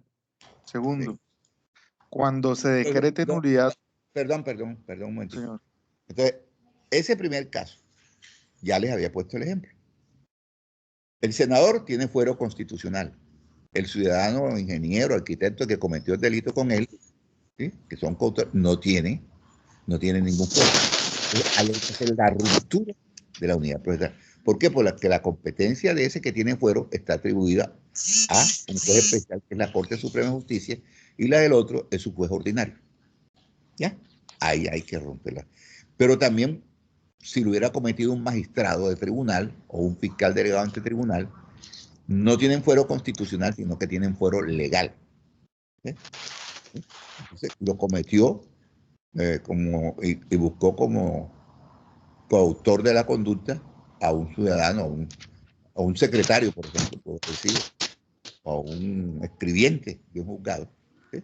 Entonces, a uno lo juzga la Corte Suprema de Justicia, el magistrado, y al juez, y al excitador o al secretario lo juzga el juez penal del circuito.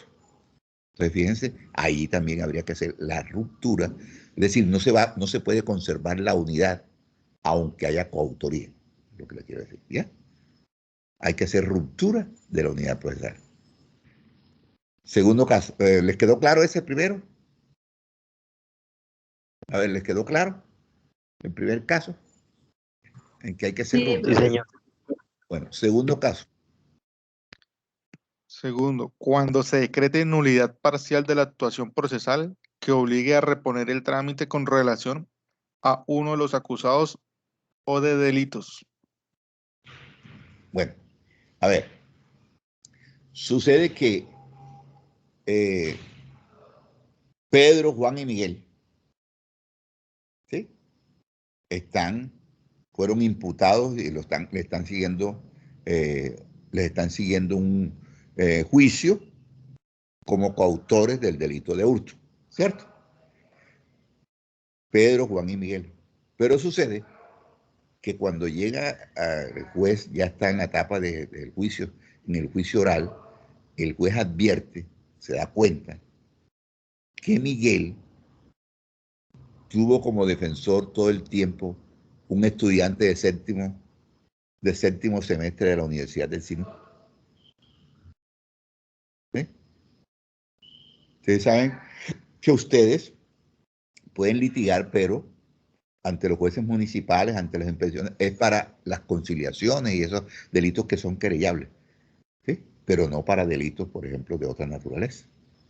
Un delito ya doloso como el hurto en cuantía de 500 salarios mínimos legales mensuales vigentes, ¿sí?, o de 400 salarios, ¿sí?, ustedes no pueden litigar en esos asuntos. Entonces, se advirtió el juez que una de las 3 personas que están siendo juzgadas no tenía defensor. Entonces, ¿qué tienen que hacer? Declarar la nulidad parcial del proceso. Él no va a declarar nulidad para todas las partes, porque los otros no tienen ningún problema porque tenían defensores convencionales nombrados por ellos, abogados prestigiosos, ¿sí?, con trayectoria, etc. No hay ningún problema.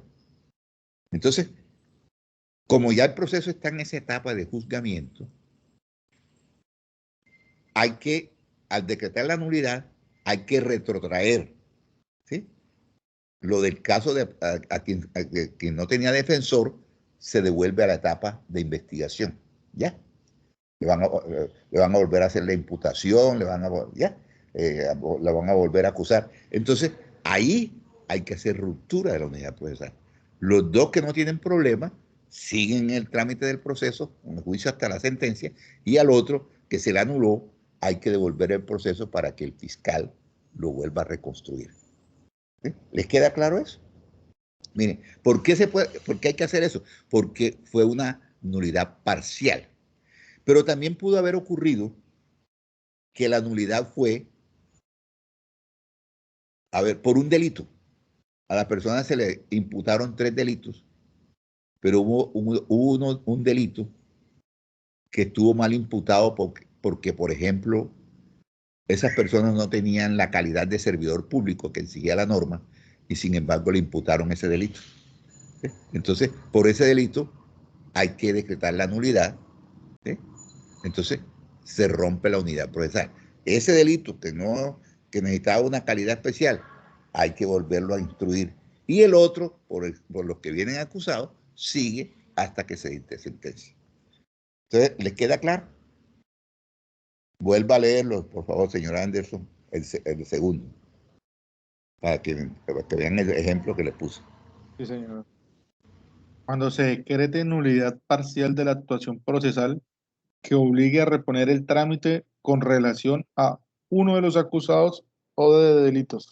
Exacto. Entonces, ¿se dan cuenta de lo que el ejemplo exacto que les puse? ¿Sí?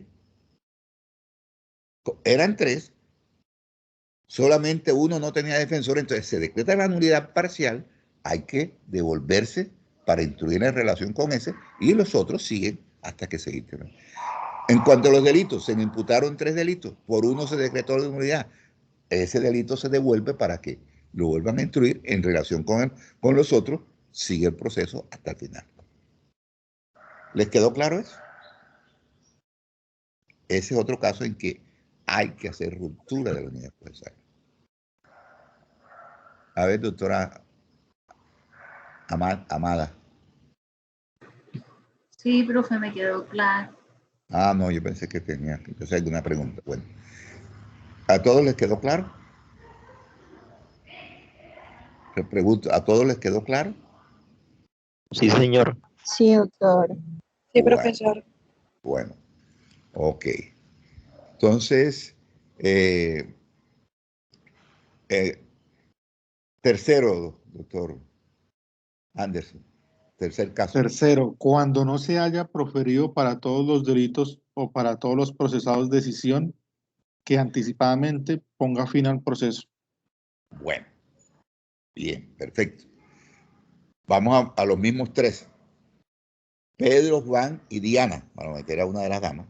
Pedro, Juan y Diana están siendo procesados como coautores de homicidio. ¿Ya? Como coautores de homicidio. ¿Ya? Sucede que Diana, en la primera audiencia de imputación, dice: me allano a los cargos. Acepto los cargos. Los otros 2 dicen que son inocentes. Entonces, hay que separar la investigación porque el proceso de relación con Diana hay que mandarlo al juez competente para que dicte la sentencia. Y en relación con nosotros, hay que seguir el trámite, es decir, presentar el escrito de acusación a los 90 días, presentar, ya, todo, hacer el juicio, todo lo demás, ya. Entonces, en relación con ella que se anticipó, que dijo: me allano, ¿sí?, se envía el proceso al juez competente para que dicte sentencia. Ahora, en ese mismo caso, los mismos 3, pero supongamos que Diana no se allanó en la primera audiencia, sino que preacordó después, hizo un preacuerdo, y los demás no preacordaron, lo mismo. Sea que se allane o sea que preacuerde, hay que dictar sentencia anticipadamente contra ella. Es decir, no hay que hacerle trámite de ningún juicio porque ya ella se está allanando a los cargos o está preacordando. Y en relación con los otros, como dijeron que eran inocentes, hay que seguir el trámite hasta vencerlos en juicio, ¿sí? Y después el juez dictará la respectiva sentencia. ¿Les queda claro eso? Profe, o sea, cuando una parte agota todo el procedimiento y las otras no. ¿Es así? Sí, sí. Es que sí, dice ahí que una de las partes se someta, se le dicte sentencia anticipadamente. ¿Cuándo se dicta sentencia anticipada? O sea, antes de que termine, de que se tramite el juicio. Cuando usted se allana, usted se puede allanar en la primera audiencia, en la imputación, o se puede allanar hasta antes de que se presente el escrito de acusación y se le rebasta el 50%. Si se allana después de presentado el escrito de acusación, la rebaja es de una tercera parte. Y si se allana antes de empezar el juicio oral, la rebaja es de una sexta parte. ¿Ya? A medida que avanza el proceso, hay menos rebaja, porque lo que se busca con esto es que la fiscalía no se desgaste, ¿sí? No se desgaste, no agote tantos recursos, no agote tanto tiempo instruyendo ese proceso o investigando. ¿Ya? Entonces, como contraprestación por esa persona que rápidamente se allanó o que preacordó, hay rebajas importantes dentro del trámite del proceso. Entonces, por eso es que la gente se allana. Acuérdense que quien se allana en la primera audiencia, en la imputación, se le puede rebajar hasta una sexta parte, hasta la mitad de la pena. O sea, si le van a poner 30 años, ya no son 30, sino 15. Y si es preacuerdo, puede conseguir rebaja, pero también puede conseguir que, por ejemplo, el juez le cambie la conducta de dolosa a culposa o lo convierta de autor a cómplice, por ejemplo. El fiscal tiene potestad de acuerdo con la ley para hacer esa clase de negociación. Pero esa sentencia de quien se allana o quien preacuerda se dicta antes de que termine el proceso. Lo mismo ocurre cuando a una de esas personas, de los tres que están procesando, se demostró que no tiene nada que ver con el hecho, que ni siquiera estaba en la escena del delito, que no fue determinador, no fue nada, no participó en nada. Entonces, cuando eso ocurre, a esa persona se le puede precluir la investigación. De los tres que se están investigando, por ejemplo, Diana demostró que era totalmente ajena a esos asuntos, que no tenía nada que ver, ¿sí? Que por el contrario fue una víctima porque es la esposa de uno de los tipos, pero que no tiene nada que ver con eso. No hay grabaciones, no hay filmaciones, no hay nada que la vincule al delito. Entonces su abogado puede pedir preclusión de la investigación. Puede que la preclusión la solicita la fiscalía y la falla el juez competente, porque esa decisión hace tránsito a cosas juzgadas y es como si a esa persona lo hubieran absuelto de esos delitos, de ese delito o esos delitos. ¿Sí? Entonces, es lo mismo. ¿Sí? Entonces, vamos a leer. Ese es el tercero, ¿cierto, Anderson? Sí, Ya señor. por las explicaciones que le di, vuelva a leerlo. Para que vean con claridad. Tercero, cuando no se haya proferido para todos los delitos o para todos los procesados, decisión que anticipadamente ponga fin al proceso. ¿Ya vieron? Ahora, ahí también se refiere a todos los delitos. Supongamos que a esas personas le imputaron homicidio, hurto y violación. ¿Sí? Y esa persona puede someterse parcialmente, puede allanarse a los cargos. Me allano por hurto, pero no tengo nada que ver con el homicidio ni tampoco con la violación. Y esto que les estoy diciendo obedece a que cuando las personas se ponen de acuerdo, ese acuerdo debe decir qué conductas delictivas van a realizar concretamente, qué conductas. Por ejemplo, muchas veces, cuando hay varias personas que van a hurtar, acuerdan hurtar, no más hurtar. Pero sucede que a uno de los tipos se le dio por violar a la secretaria. Eso no hacía parte del acuerdo. Por esa violación solamente responde quien la cometió. Entonces, ese que la cometió hurto y violación. Los otros solamente responden por hurto, que fue lo que ellos se pusieron de acuerdo para cometer. ¿Ya? ¿Les queda claro eso? ¿Ustedes tienen claro eso?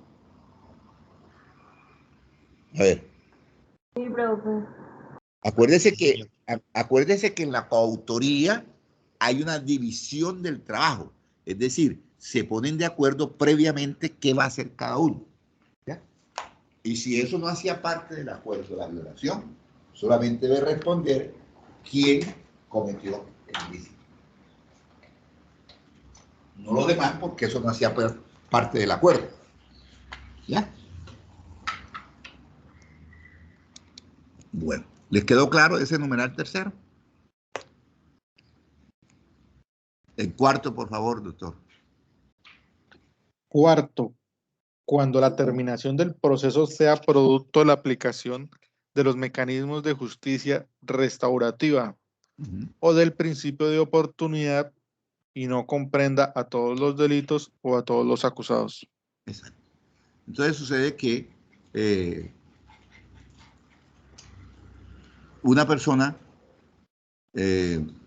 por ejemplo, la justicia restaurativa es la reparación de las víctimas, lo que ocurre en la JEP, lo que ocurre en la justicia de justicia y paz, ¿entiendes? Entonces, sucede que es obligación reparar a todas las víctimas.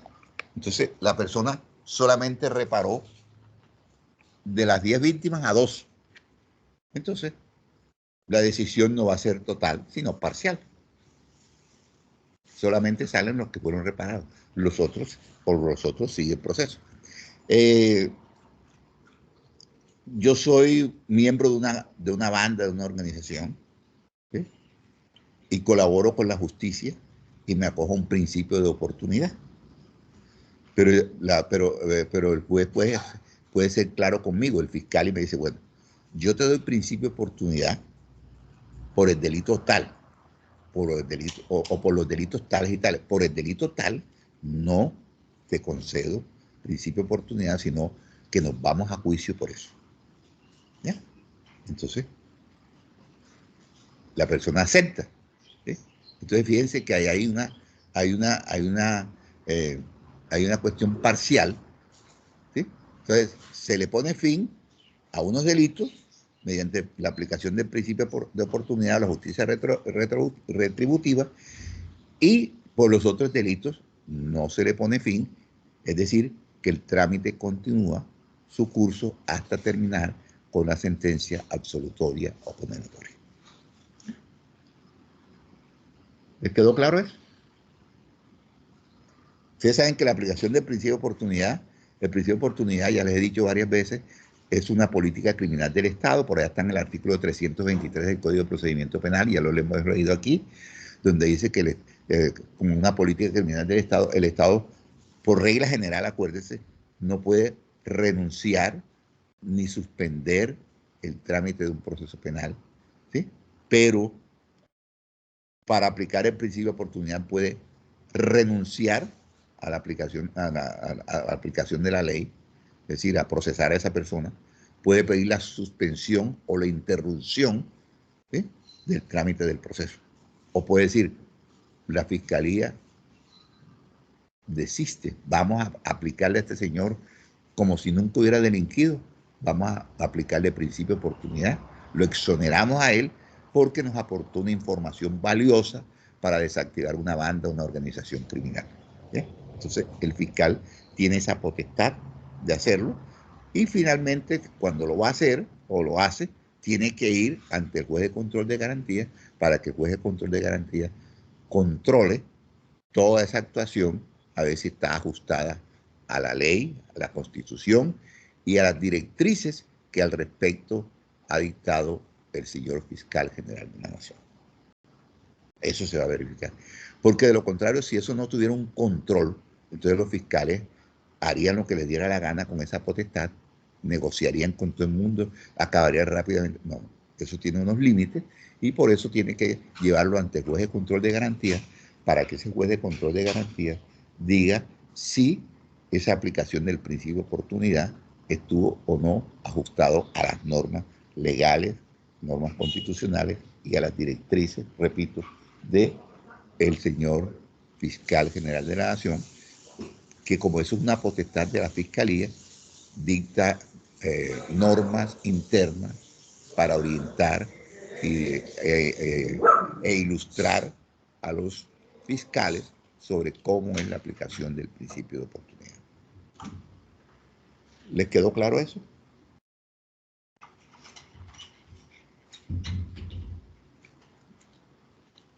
¿Se fueron? Oh, sí, Sí, señor, quedó sí claro. quedó claro. Bueno, y falta otra, ¿cierto, Ángel? Sí, señor. Y dice así, quinto, cuando el juzgamiento, perdón, cuando en el juzgamiento las pruebas determinen la posible existencia de otro delito o la vinculación de una persona en calidad de autor o partícipe. O partícipe. Entonces, a ver, ¿cuándo ocurre eso?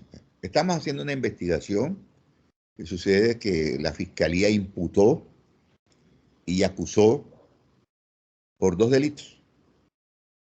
Por ejemplo, homicidio y lesiones.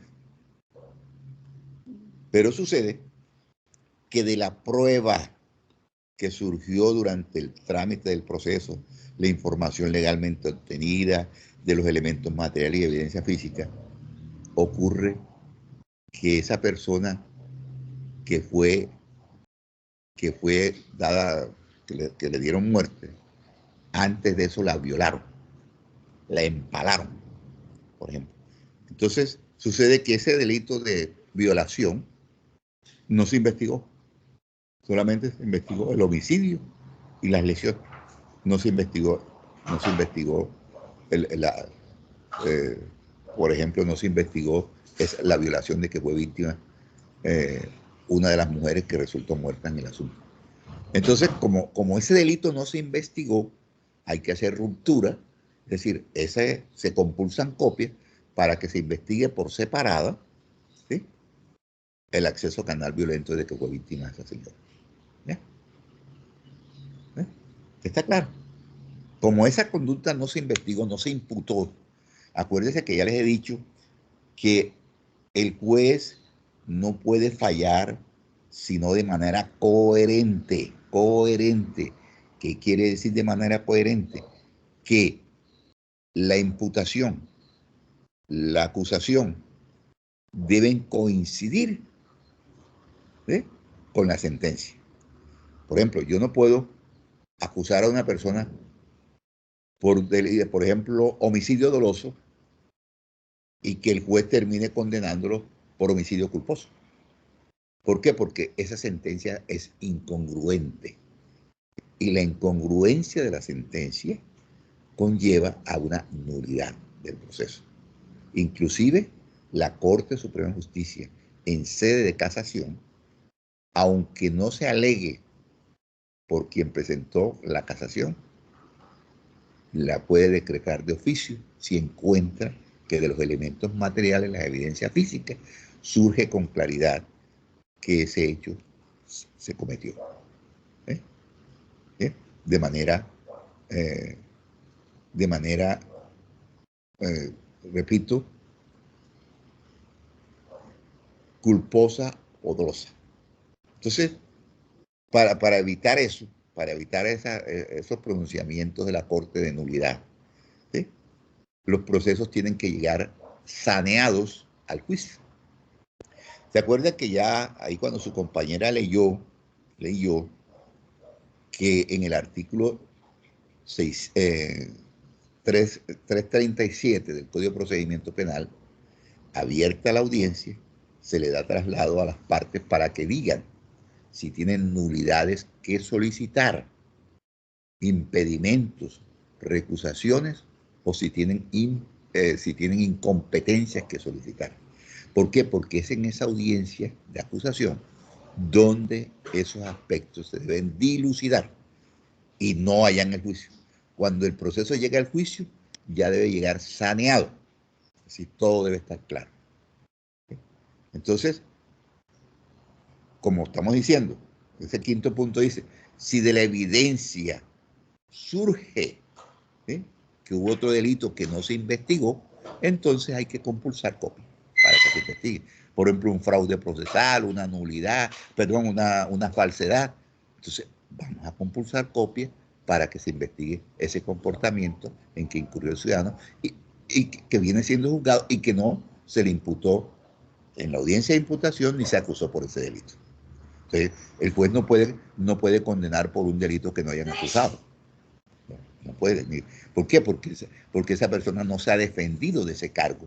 ¿Sí? No ha tenido la oportunidad de defenderse de una determinada conducta y si no se defendió, mal podríamos condenarlo por eso. ¿Ok?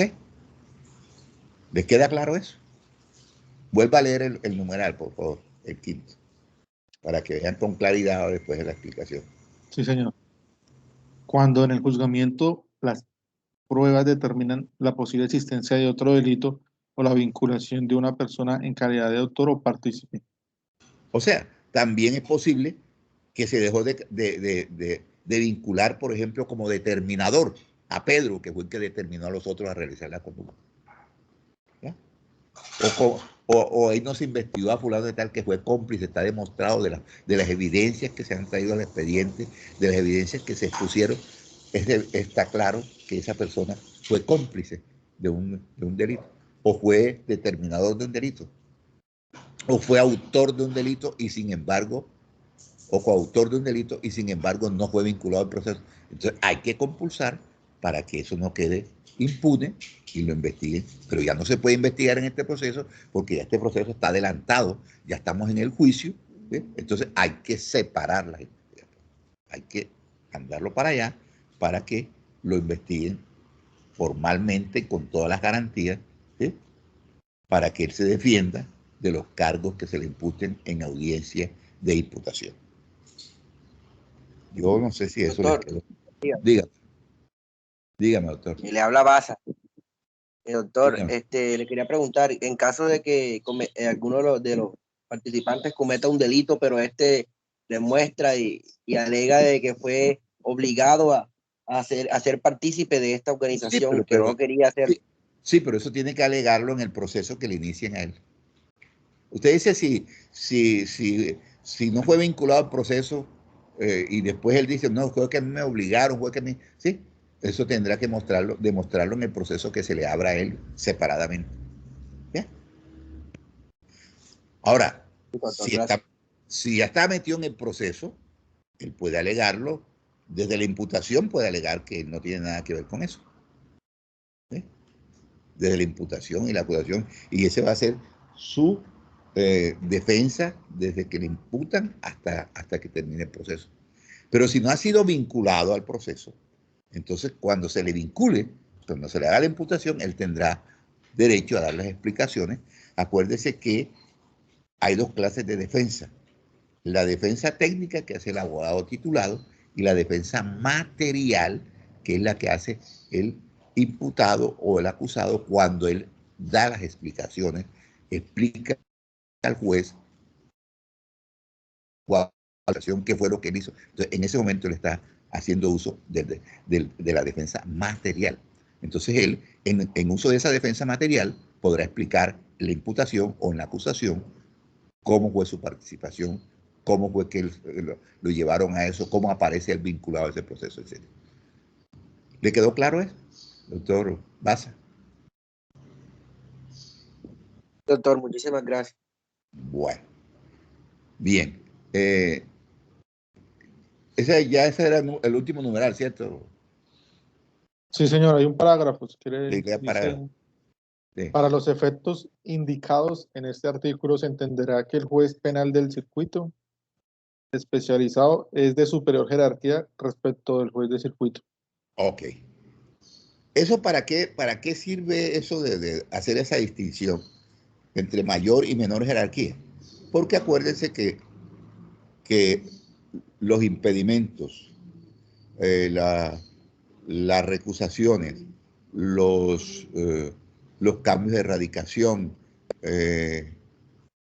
las incompetencias, siempre las resuelve el juez de mayor jerarquía.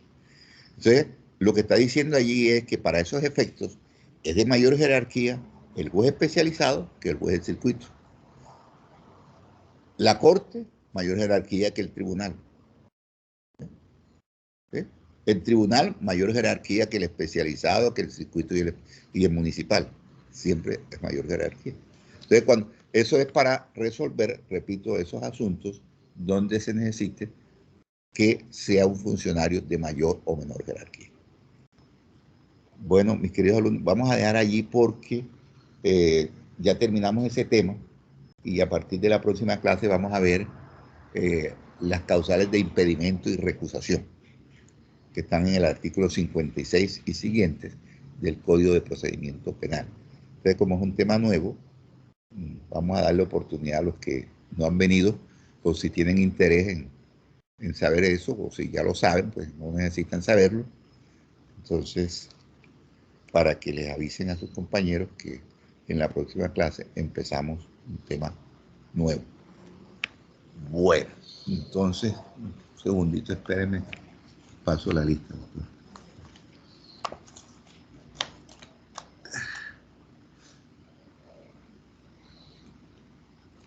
Adrián Albeiro.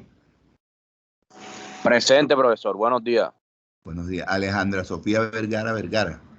Presente. Amada Melisa.